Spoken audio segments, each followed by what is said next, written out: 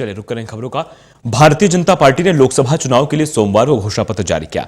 BJP ने इसे संकल्प पत्र बताया। बीजेपी के राष्ट्रीय अध्यक्ष अमित शाह ने कहा कि आजादी की 75वीं वर्षगांठ तक यानी साल 2022 तक के लिए 75 संकल्प लिए हैं।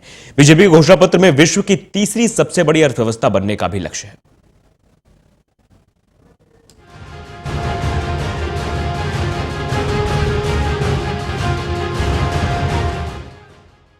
लोकसभा चुनाव से ठीक पहले बीजेपी ने अपना घोषणा पत्र जारी कर दिया है। बीजेपी ने इसे संकल्प पत्र नाम दिया है। ये संकल्प पत्र प्रधानमंत्री नरेंद्र मोदी, बीजेपी अध्यक्ष अमित शाह, राजनाथ सिंह और अरुण जेटली की अगुवाई में जारी किया गया। इस दौरान बीजेपी अध्यक्ष अमित शाह ने पिछले 5 साल का लेखा जोखा भी जनता के सामने रखा। बीजेपी अध्यक्ष ने कहा, जब भी भारत का इतिहास लिखा जाएगा 2014 से 2019 के 5 साल स्वर्ण अक्षरों में लिखे जाएंगे। हमारी सरकार को बुनियादी जरूरतों को जनता तक पहुंचाने में सफलता मिली है। 2019 के चुनाव के लिए भारतीय जनता पार्टी का संकल्प पत्र लेकर आपके सामने उपस्थित होंगे। मैं आज आपको 2014 की याद दिलाने के लिए खड़ा हुआ हूं। 2014 में भारतीय जनता पार्टी उस वक्त के तत्कालीन गुजरात के मुख्यमंत्री श्री नरेंद्र मोदी जी को अपने प्रधानमंत्री पद का प्रत्याशी बनाकर लोगों के सामने आई थी। उस वक्त हम एक संकल्प पत्र और भारतीय जनता पार्टी का देश 14 से 19 किस तरह से चलेगा इसका विजन लेकर हम आपके सामने आए थे। और 2014 में हमारी बात का सम्मान रखते हुए इस महान देश की जनता ने ऐतिहासिक जनादेश दिया था। देश में 30 साल के बाद पहली बार अस्थिरता के दौर को खत्म करते हुए एक पूर्ण बहुमत की भारतीय जनता पार्टी की सरकार बनी।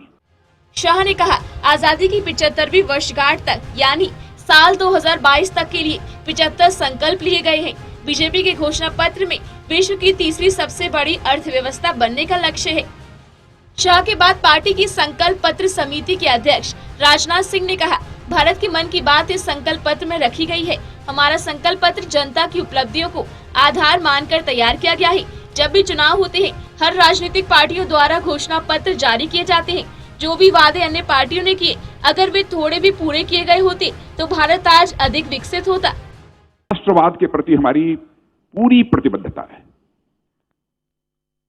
और इतना ही नहीं, आतंकवाद का जहां तक प्रश्न है उसके प्रति हमारी जीरो टॉलरेंस की पॉलिसी थी, है और जब तक आतंकवाद समाप्त नहीं होगा तब तक हमारी यह जीरो टॉलरेंस की पॉलिसी आतंकवाद के प्रति रहेगी। यूनिफॉर्म सिविल कोड, इसके प्रति, इसको लागू करने के प्रति हमारी प्रतिबद्धता थी, है, इस काम को करेंगे। भारत में होने वाले इनफिल्ट्रेशन, अवैध घुसपैठ को रोकने के लिए जितनी भी सख्ती करनी होगी हम वो सख्ती करेंगे, लेकिन घुसपैठ को पूरी तरह से रोकेंगे। सिटीजनशिप अमेंडमेंट बिल के बारे में भी स्पष्ट करना चाहता हूं कि बिल्कुल 2 टूक शब्दों में सिटीजनशिप अमेंडमेंट बिल को हम संसद के दोनों सदनों से पास कराएंगे और उसे हम लागू करेंगे। वित्त मंत्री अरुण जेटली ने कहा, हमने 2014 के संकल्प पत्र को पूरा करने का प्रयास किया है। हमारा संकल्प पत्र टुकड़े टुकड़े गैंग को प्रभावित करने के लिए नहीं है। ये पहले 5 साल है जब भारत दुनिया में सबसे तेजी से आगे बढ़ने वाली अर्थव्यवस्था बना है। इतिहास में पहली सरकार है जिसने गरीबी को सबसे तेजी से खत्म करने का काम किया है। पुरानी सरकारों ने सिर्फ नारे दिए, लेकिन हमारी सरकार ने नतीजे दिए हैं। विदेश मंत्री सुषमा स्वराज ने कहा, हमारे शीर्षक और दूसरों के शीर्षक का अंतर समझें। आज हम घोषणा करने नहीं आए हैं, बल्कि संकल्प का भरोसा देने आए हैं। जब मैं कहती हूँ कि हमने 34 करोड़ बैंक खाते खोले हैं, तो लोग चौंक जाते हैं। आपसे कहना चाहती हूँ कि हमारे संकल्प पत्र की तुलना बाकी पार्टियों के घोषणा पत्र से भी करें। हम मजबूत सरकार की वकालत कर रहे हैं, जबकि वे गठबंधन के नाम पर मजबूत सरकार की वकालत कर रहे हैं। इन सब के बाद सबसे अंत में पीएम मोदी मंच पर आए। पीएम मोदी ने संकल्प पत्र की तारीफ करते हुए कहा कि ये काफी लंबे समय की मेहनत है। जन सहयोग से ही 5 साल पूरे किए हैं। वन मिशन और वन डायरेक्शन के लिए लगातार काम करते हैं और करते रहेंगे। पीएम मोदी ने कहा कि हम नए क्या काम कर सकते हैं, इसको लेकर संकल्प पत्र लेकर आए हैं। हम अलग से जल शक्ति मंत्रालय बनाएंगे ताकि महिलाओं और बहनों को नल से पानी मिल सके। 5 साल से स्वच्छता की बात हो रही है, ये एक विकास का जन आंदोलन है। राष्ट्रवाद ये हमारी प्रेरणा है, अंत्योदय ये हमारा दर्शन है और सुशासन ये हमारा मंत्र है।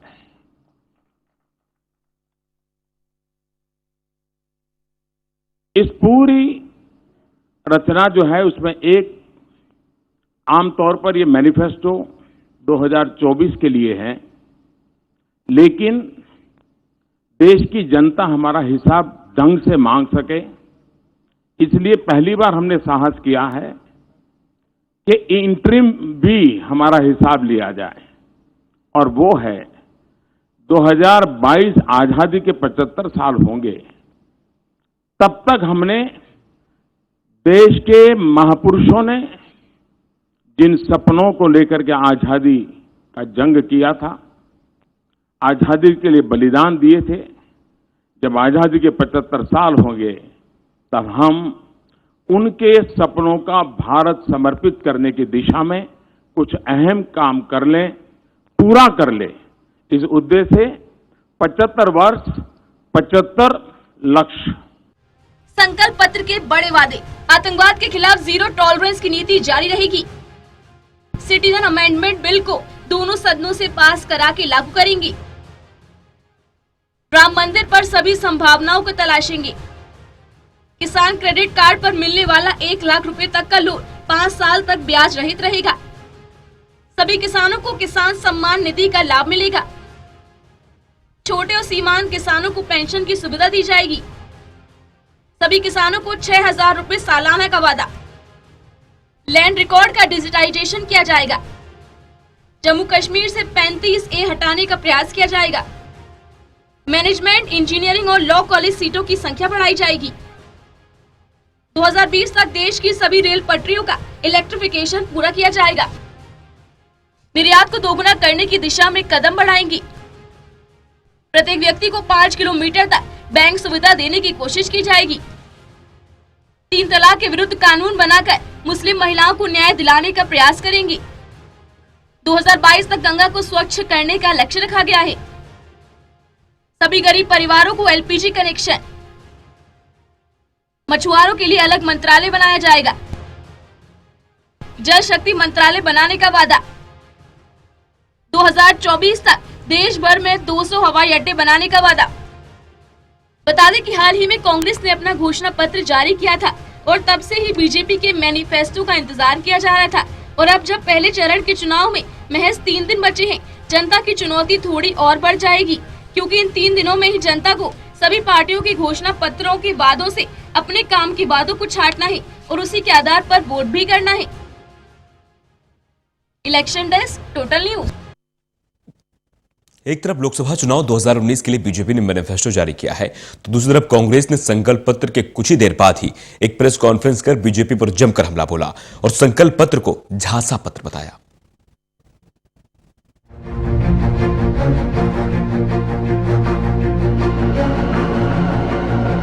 लोकसभा चुनाव 2019 के लिए बीजेपी ने मैनिफेस्टो जारी कर दिया, जिसे संकल्प पत्र का नाम दिया गया है। बीजेपी ने अपने संकल्प पत्र में कुल 75 संकल्प लिए। इन सभी संकल्पों को आजादी के 75 साल पूरे होने पर 2022 तक पूरा करने का वादा किया गया। बीजेपी के द्वारा जारी किए गए संकल्प पत्र के कुछ देर के बाद ही कांग्रेस ने प्रेस कॉन्फ्रेंस कर बीजेपी पर हमला बोला। भारतीय जनता पार्टी के संकल्प पत्र को कांग्रेस पार्टी ने झूठ का गुब्बारा बताया। कांग्रेस नेता अहमद पटेल ने बीजेपी के संकल्प पत्र पर करारा वार किया और इसे झूठ का वादा बताया। अहमद पटेल ने कहा, बीजेपी के घोषणा पत्र में सिर्फ मैं, मेरा और मेरा अहंकार शामिल है। एक तरफ हमारे घोषणा पत्र के फ्रंट पर देश की जनता की तस्वीर है, तो बीजेपी के संकल्प पत्र पर सिर्फ प्रधानमंत्री नरेंद्र मोदी की तस्वीर है। उन्होंने कहा, ये सिर्फ झूठ का गुब्बारा है। इससे अच्छा होता कि बीजेपी माफीनामा जारी कर देती। कुछ भी नहीं हुआ है और हमेशा उनका जो मैनिफेस्टो होता है, घोषणा पत्र होता है, वो तो साइड पे रह जाता है। सिर्फ इनकी जो दुकान चलती है गिमिक्स और हथकंडों पे चलती है। कभी चाय वाला, कभी चौकीदार, कभी कामदार, कभी फकीर और कभी कहीं और। तो जो ये घोषणा पत्र वो जो वादा करते हैं कभी निभाते नहीं। और मैं समझता हूं कि ये जिस तरह से बातें की गई है इसमें, अब ये चलने वाला नहीं है। देश की जनता अच्छे तरीके से इनको पहचान चुकी है। असल में तो 5 साल के बाद हिसाब देना चाहिए था उनको कि इन्होंने क्या क्या किया। वहीं कांग्रेस के प्रवक्ता रणदीप सुरजेवाला ने कहा कि घोषणा पत्र में नौकरी और रोजगार गायब था, नोटबंदी का भी कोई जिक्र नहीं किया गया, जीएसटी पर भी किसी ने अपना मुंह नहीं खोला, काले धन पर सत्ता में आए थे लेकिन आज उसकी चर्चा भी नहीं हुई। अपना काम नहीं करता तो फिर बहानेबाजी करता है। बस यही हुआ 5 साल, अपनी नाकामी का इल्जाम दूसरों पर मढ़ देना और रोज नए बहाने गढ़ देना। बीजेपी के घोषणा पत्र पर कांग्रेस के दूसरे नेताओं ने भी जमकर भड़ास निकाली। कांग्रेस के वरिष्ठ नेता पीएल पुनिया ने भी बीजेपी के संकल्प पत्र पर सवाल उठाए। पीएल पुनिया ने कहा कि बीजेपी पहले तो कांग्रेस के घोषणा पत्र का इंतजार कर रही थी और अब जब जारी किया तो उसमें ऐसे वादे किए गए जो कभी पूरे नहीं करेंगे। कर रहे थे कि कांग्रेस पार्टी का मैनिफेस्टो रिलीज हो जाए तो उसका जवाब में संशोधन करते हुए उसको जारी किया जाएगा। कांग्रेस पार्टी का जो मैनिफेस्टो बना है राहुल गांधी जी के निर्देशन में, वो हिंदुस्तान भर में जगह जगह पर जाके सभी वर्ग के लोगों को, अलग अलग वर्ग के लोगों को से चर्चा करके उनसे विचार लिए और उनकी जो अपेक्षाएं हैं सरकार से, उन अपेक्षाओं को उसमें समावेश किया। लोकसभा चुनाव 2019 के लिए बीजेपी ने मैनिफेस्टो जारी किया है जिसे संकल्प पत्र का नाम दिया गया। इसमें कुल 75 संकल्प लिए गए और सभी संकल्पों को आजादी के 75 साल पूरे होने पर 2022 तक पूरा करने का वादा किया गया। बीजेपी के घोषणा पत्र जारी होने के मौके पर पार्टी के बड़े नेताओं में से अरुण जेटली, राजनाथ सिंह, सुषमा स्वराज, अमित शाह मौजूद रहे, लेकिन पार्टी के वरिष्ठतम नेता लालकृष्ण आडवाणी और मुरली मनोहर जोशी का नदारत रहना राजनीतिक गलियारों में चर्चा का विषय बना हुआ है। Election desk, total news. Bihar में आरजेडी ने अपना घोषणा पत्र जारी कर दिया है। इस घोषणा पत्र को प्रतिबद्धता पत्र नाम दिया गया है। घोषणा पत्र जारी करते हुए आरजेडी नेता तेजस्वी यादव ने निजी क्षेत्र में आरक्षण लागू करने का वादा किया और मंडल कमीशन के मुताबिक आरक्षण देने की बात कही।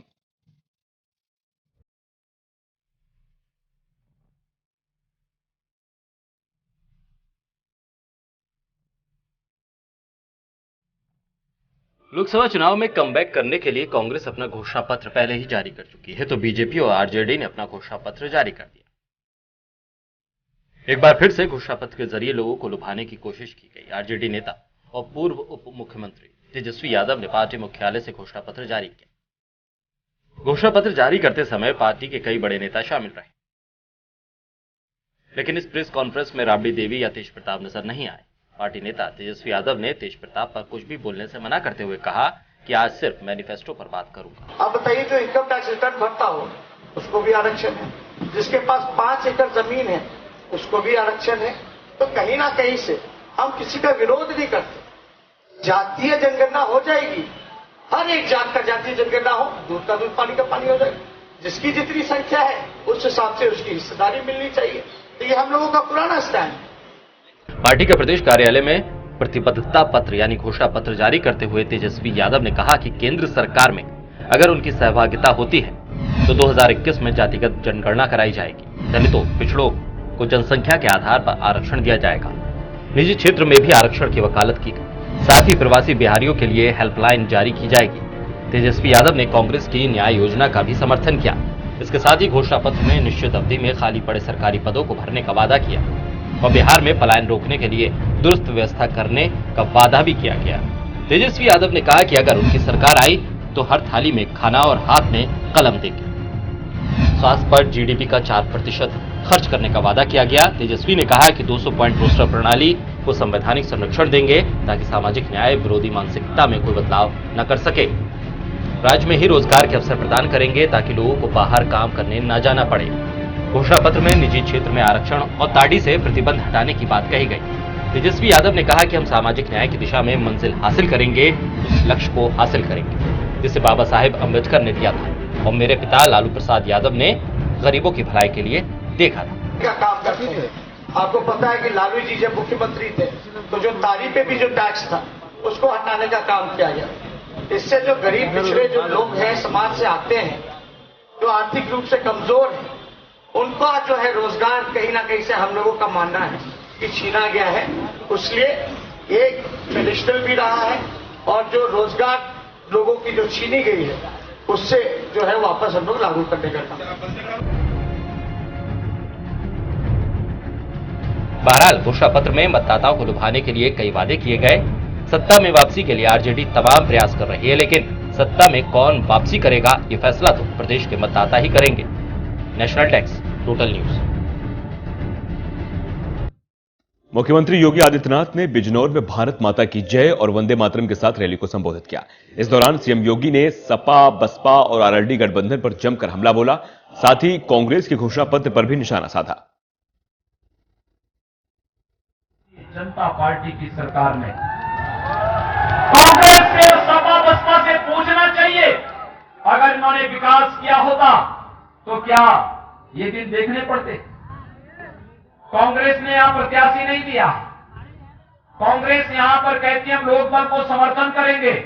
मैं कांग्रेस से पूछना चाहता हूं, कांग्रेस का इस देश के लिए एजेंडा क्या है? कांग्रेस का घोषणा पत्र आपने देखा होगा। आज भारतीय जनता पार्टी के घोषणा पत्र को प्रधानमंत्री जी और भारतीय जनता पार्टी के राष्ट्रीय अध्यक्ष श्री अमित शाह जी ने जारी किया है। भारतीय जनता पार्टी का घोषणा पत्र सबका साथ और सबके विकास की बात करता है। भारत के गांव के लिए, गरीब के लिए, किसान के लिए, नौजवान के लिए, महिलाओं के लिए, समाज के प्रत्येक तबके के लिए, भारत की आंतरिक और बाह्य सुरक्षा के लिए, भारत को दुनिया की तीसरी अर्थव्यवस्था को बनाने के लिए और भारत को दुनिया की सामरिक ताकत बनाने के लिए घोषित किया गया घोषणा पत्र है, जो भारत के 130 करोड़ लोगों के सम्मान को आगे बढ़ाता है। लेकिन कांग्रेस का घोषणा पत्र ऐसे लगता है, कांग्रेस ने अपने घोषणा पत्र में क्या किया? उन्होंने स्पष्ट घोषणा कर दी है कि जितने भी देशद्रोह की धाराएं इन्हें समाप्त कर देंगे। सेना और हमारे बलों के जवानों को जो अधिकार, विशेष अधिकार कश्मीर और पूर्वोत्तर के भारत में मिले हैं, इन अधिकारों को वे वापस कर देंगे। भगवान राम के भव्य मंदिर निर्माण के लिए हम संविधान के दायरे में रहकर के इनका समाधान करने का कार्य करेंगे। क्या ये कार्य कांग्रेस कर पाएगी? क्या ये कार्य सपा और बसपा कर पाएगी? क्या ये कार्य लोकदल कर पाएगा? भाइयों बहनों, मैंने तो 3 दिन पहले लोकदल के युवा नेता चौधरी जयंत का एक स्टेटमेंट पढ़ा और उन्होंने कहा कि क्या हमने जाटों का ठेका ले रखा है क्या? मैं देख के ताज्जुब कर रहा था। मैं इस देख कर ताज्जुब कर रहा था कि जो जाट देश की सुरक्षा के लिए अपनी जवानी लगाता है और जिस जाट समुदाय ने भाइयों बहनों अपने परिश्रम और अपनी पसीने से पश्चिमी उत्तर प्रदेश की खेती को दुनिया की सर्वोत्तम खेती के रूप में बदल करके अपने परिश्रम और अपने पुरुषार्थ का परिचय दिया है, वह किसी ठेकेदार का मोहताज नहीं होता है। वह किसी ठेकेदार का मोहताज नहीं है।